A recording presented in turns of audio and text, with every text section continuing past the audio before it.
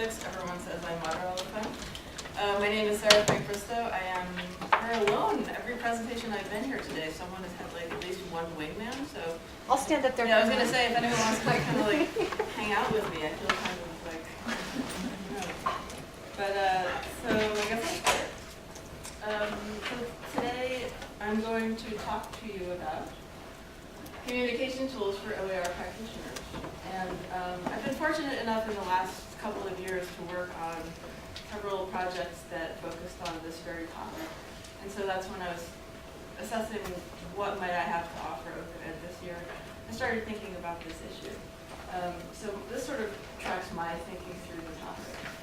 So it started for me thinking about it in terms of this question of are we eating our own dog food, which I'm sure some of you are familiar with. We'll look at it on the next slide just because I think it's so funny. But, and then run quickly through a brief history of some relevant projects, past and present. This includes a couple of the ones that I've been involved in. The results of a brief OER communications tool survey that I administered. Something I'm calling an OER footprint, which is basically how the world sees OER practitioners and how the world sees the OER movement. I want to introduce a new tool, a very simple communication tool called OER Exchange, and then hopefully we will have time for some summary and discussion. So first of all, I just love this, and I hope it's large enough for you to read it if you're not familiar with it. This concept of are we eating our own dog food? I mean, I suppose it comes out of the software industry, and essentially the idea that are we confident enough in our own product that we're willing to use it to demonstrate its quality and effectiveness. And so when I was looking at how OER practitioners and researchers communicate with each other, coming at it, with an open perspective, that was one of the first questions I asked was, well, are we using open tools? Are we actually being open in the ways that we talk about OER? And I also wondered, should we be and does it matter? Because the more I looked at the topic, the less it actually seemed like something that I could focus an entire talk on. So with that, a very quick review of a couple of projects that were specifically focused on communication in the OER world. Some of you probably are familiar with this one, which went on for many, many years and predates my involvement in as a researcher in OER.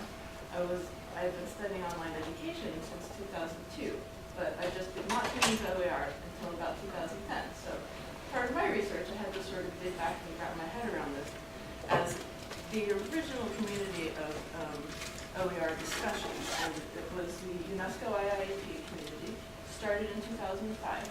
Most communication took place at that time through facilitated email discussions. And what that means is a period of time was set aside for a particular topic, and sort of a leader who I believe was Susan D'Anthony probably, would guide people through these talks. And it was very successful and very long-standing way of communicating for many people. A wiki was formed. 650 people had participated by the end, exchanging over 2,000 messages. And it actually went on for years, longer than it was originally supposed to. So here comes my first red bullet. The wiki has now been removed. And so a very large piece of what was once the intellectual property that was gathered during that exchange is no longer available. So Why did they take it down? I don't know anything about that. It's just not there anymore. So I have a lot of these little red bullets that fly in at the end of each slide. But so that project actually led somewhat directly to this one, which I was fortunate enough to be involved in a very limited way. And I don't know, was anyone here on this email exchange, which took place about a year ago? One person? That's not bad. No, a lot. It was actually the same mailing list, so they rolled over the same mailing list, which was a UNESCO mailing list. So there was actually half developing world, half first world participants. And the purpose of this project was to try to stimulate a discussion among people in the OER movement about whether it would be possible to sort of spontaneously come together to develop a geographical map of OER initiatives. see them growing over time? You know, could they have some time component? Could you compare how many were there, where were they 1 year compared to, you know, 10 years later? And it was a fabulous discussion, and they did it the same way. They did it over email. It was an email exchange, which was kicked off by a document. And I found that fascinating because I no longer would have thought that email would be the first thing anyone would turn to. But it's low bandwidth. It reaches people who don't have access to high bandwidth tools. It was a very, very dynamic and exciting exchange. One of the things that was most interesting about it to me, and I think is part of the reason that I started thinking about this topic of how people communicate about OER and, you know, exchange information about located OERs, is that a very small percentage of the actual discussion revolved around this concept of the OER map. People just wanted to talk. They wanted to talk about everything, and they wanted to talk about the same stuff they were talking about in 2006. They wanted to talk about what is open, why open, and like every thought leader in the OER world whose name I've ever heard of weighed in at some point, and there were some raging arguments, which had absolutely nothing to do with mapping global OER initiatives. So my red bullet here is, how can these valuable discussions be preserved? Because these were just a side effect of a discussion convened around a particular topic. So right now, I didn't dig out that URL, but you can find it if you Google OER, Athabasca OER mapping project. You can find links to the discussion. The discussion boards are open, but nothing that was ever said in any of those emails is ever going to come up in a top 10 Google search. You know, no one's ever going to find that. And some of that intellectual, you know, property was like some of the best, most exciting discussion I've ever seen about OER. So, and then this is the project I've been more directly involved in. It's called Communicate OER. I'm a project manager. It's like the previous projects. It has funding from the Hewlett Foundation. And its purpose is to convene a community practice around improving the quality of Wikipedia articles about OER. And I would say that we've had limited success in terms of convening a community of people here. There have been a number of ways we approached it. We partnered with the School of Open to offer a class. Because, you know, it's the encyclopedia that anyone can edit, but realistically, you need to learn how to edit Wikipedia, and it takes a little bit of time and effort to do that. So we have a number of very positive project outcomes, but we have not really seen much discussion, especially if you edit Wikipedia at all. At the top there are a couple of tabs. Usually you're directed to the article page. You can click over to the talk page, and that is where all of the free and open discussion about the article takes place. And we have not really found in the course of this project, which by the way is still ongoing, that those talk pages have been a place where OER practitioners, researchers really want to communicate about OER. And yeah, that link is actually the link where you could sign up for the class if you did want to take it and learn how to edit Wikipedia. What's my red bullet here? Do you know anyone in OER working on Wikipedia articles? Show of hands? Excellent. So if you're at all interested in getting involved in this project, I would love to chat with you, because we're trying to sort of improve specific articles. And, you know, we'd like to see things like the MOOC articles start to incorporate the content from, you know, George's keynotes or things like that. Okay, so those are 3 large-scale projects that have taken a number of different approaches to seeing how OER practitioners and researchers, policymakers communicate. I wanted to dig a little bit deeper, so I administered the survey myself, which takes a closer look at basically, well, 2 different things. So on the left, how do people learn about OER? And on the right, how do people share data about OER? And this actually maps very well to the way that I research. You know, I am a researcher, not an educator. So this was sort of a quick and dirty survey, I think some people will call it, and it probably reflected my approach as a researcher, although there were a lot of fields where people could fill in, you know, the gaps and say, well, actually, I don't use any of these tools, I use this and this and this. I wanted to look at what percentage of the tools were open in some fashion or closed in some fashion. which ones were public and private, and it's a very interesting mix, you know, and there's not a lot of surprise here. One thing which may surprise some people is how important email lists continue to be in terms of both reading about OER and disseminating information about OER. And also there is a huge, you know, very widespread range here. Nothing is really tremendously popular compared to anything else. One point that I would like to make briefly is that Twitter, as the just barely the number one tool for sharing data about OER, puts us in an interesting position because it doesn't really have longevity at this time. So whereas I might tweet all day about important stuff and raise awareness about things right now, if the average tweet has a shelf life of a few hours, then like what are we leaving behind for the next generation of OER adopters? If we're all like the early adopters, then so when the early majority starts to come in, they start looking for, well, what were they talking about? What were they doing? The fact that the Library of Congress is now collecting all of our tweets may not be enough.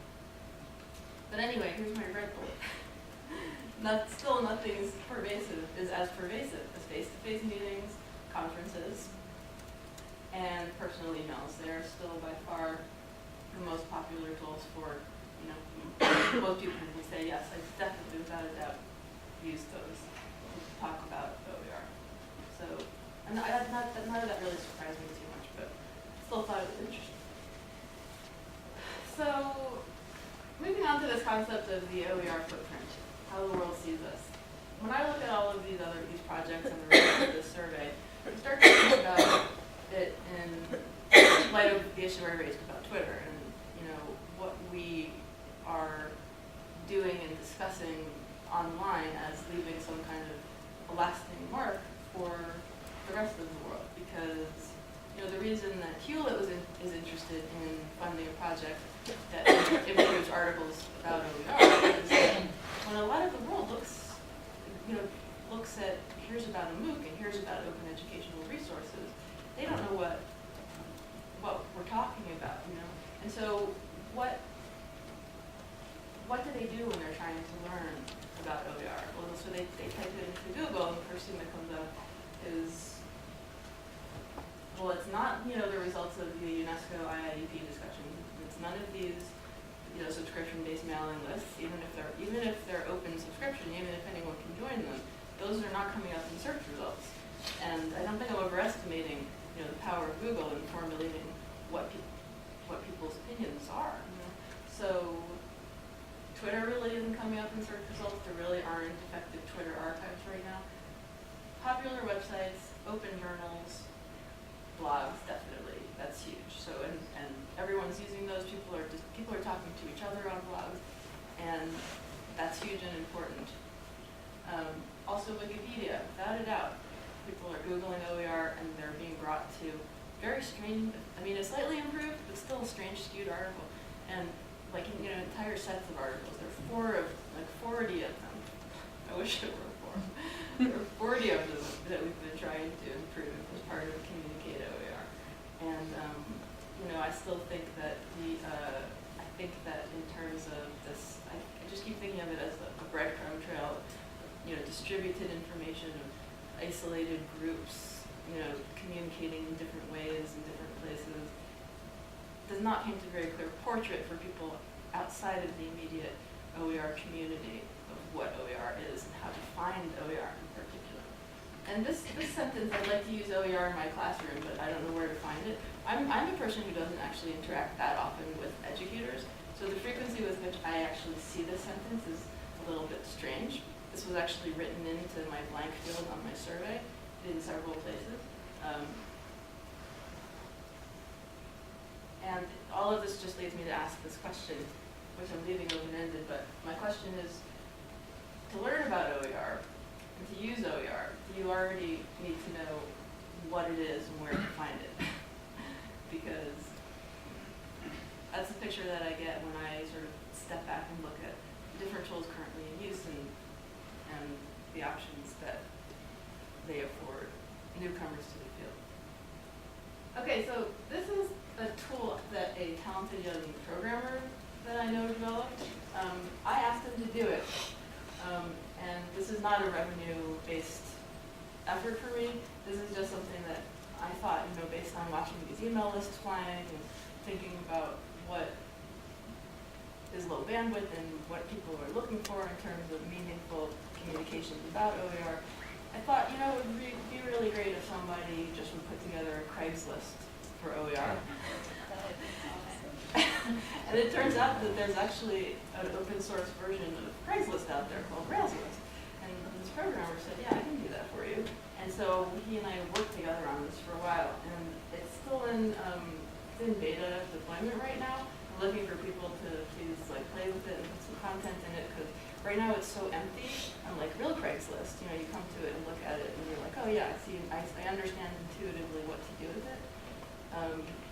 But yeah, I'm looking for people to play with that and help me figure out whether it's a valuable tool going forward. And okay, so this is sort of the end of my talk. And so in summary, here are the things that I take away from the research I've been doing in this area.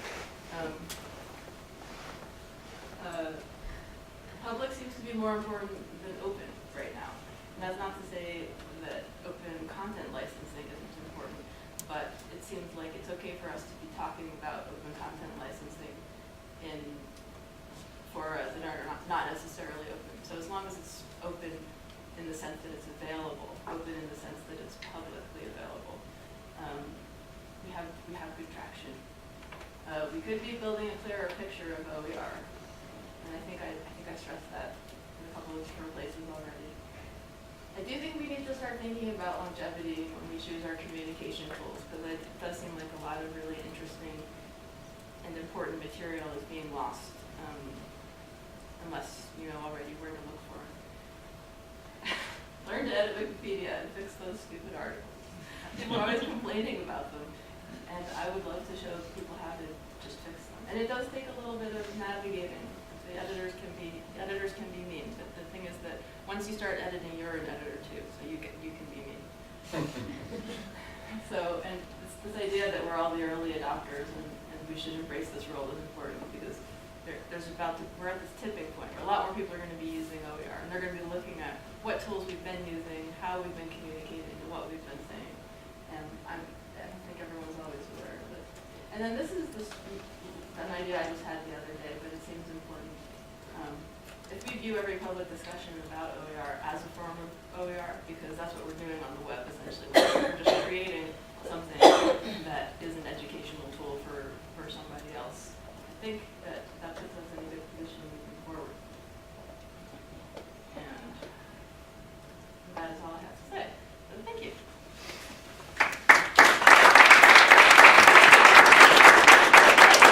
We have 5 minutes for questions. Can you go back to the slide with the URL on it? Because we still. I have a whole URL, slide of URLs. Is that too small for you to read? You just tweeted Is it. this available on your website? I don't even know. Research? I don't even know if I've done that yet. Is it the Craigslist? Yeah. The enlightenment.com? Yeah, I didn't warn the programmer that I was doing this today, so he's gonna have a surprise. I'll tweet it. It's been tweeted. Okay, great.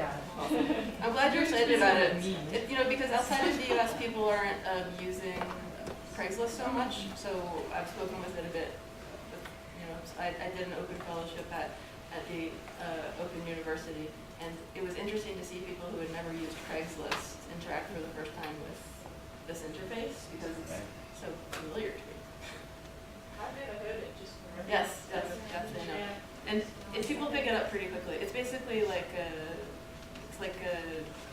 classifieds, yeah. Like you post an ad saying, I'm looking for Spanish language OER on underwater basket weaving. And someone else answers and says, I have that, here you go. That's my fantasy. So are you? Underwater basket weaving OER. I'll tweet it.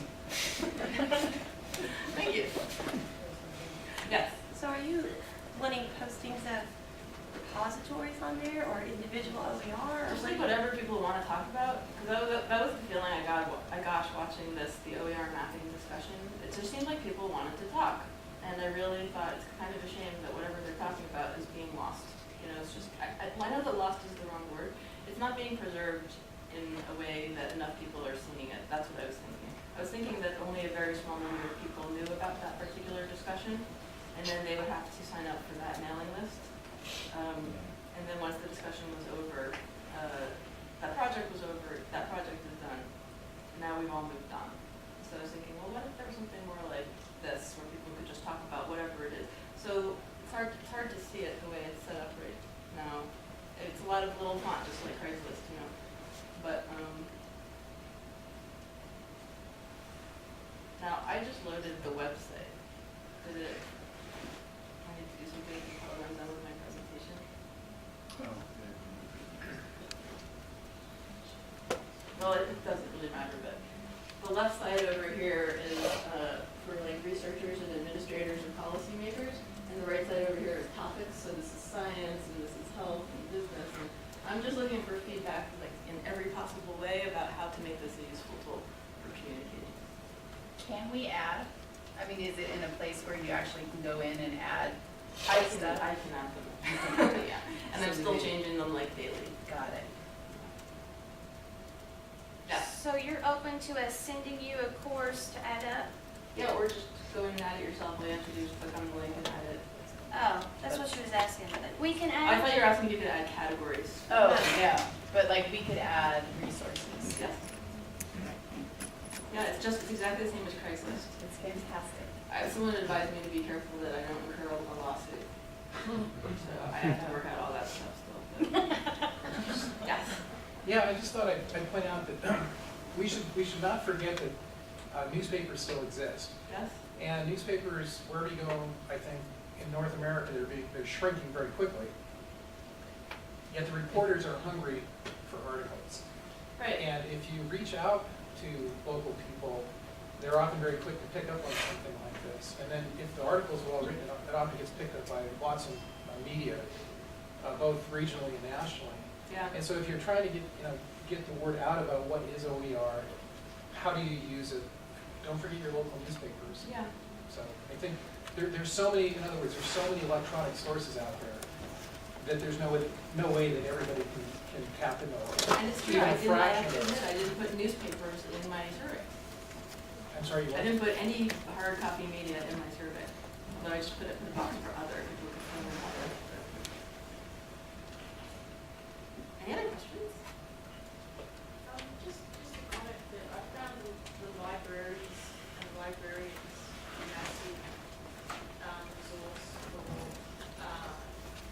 educating, wanting to spread the word about OER. Yeah, I found that too. So I don't know how we can include them and leverage that energy, because they just, in my institution, like knocking on my door every week, don't get on it, don't get on it, we want to help them. Doing super interesting digital archiving of, so like that sense of some digital stuff is disappearing. My library is like, we are actively wanting to archive stuff around these new developments, so I'm just naturally thinking, I wonder what they could have done to harvest some conversations with their skills. I don't know the answer, but it'd be nice to ask them. I don't know, and as part of this study, I did start digging into who is archiving, Twitter and how, and it does seem like Library of Congress here is collecting tweets. Our local institution libraries are also trying to work. And how do you develop a meaningful, database and research, base out of it is another question. But This goes into like the open, like the catalog, which is then shared in networks, so anyway, I will ask. well, thank you. I appreciate that. It's a good idea. And one of the outcomes of the Wikipedia project is that go back a little. Wiki Project Open is now forming, which is where a community of practice forms around the topic on Wikipedia, and it's joining together with Wiki Project Open Access as one project. So I think that probably should be something that does bring in more interest from librarians. So, we still okay on time? We're done. You But you can continue to ask questions, come on up, sure. Please continue to ask me questions. I'm enjoying this. Thank you. Thank you very much.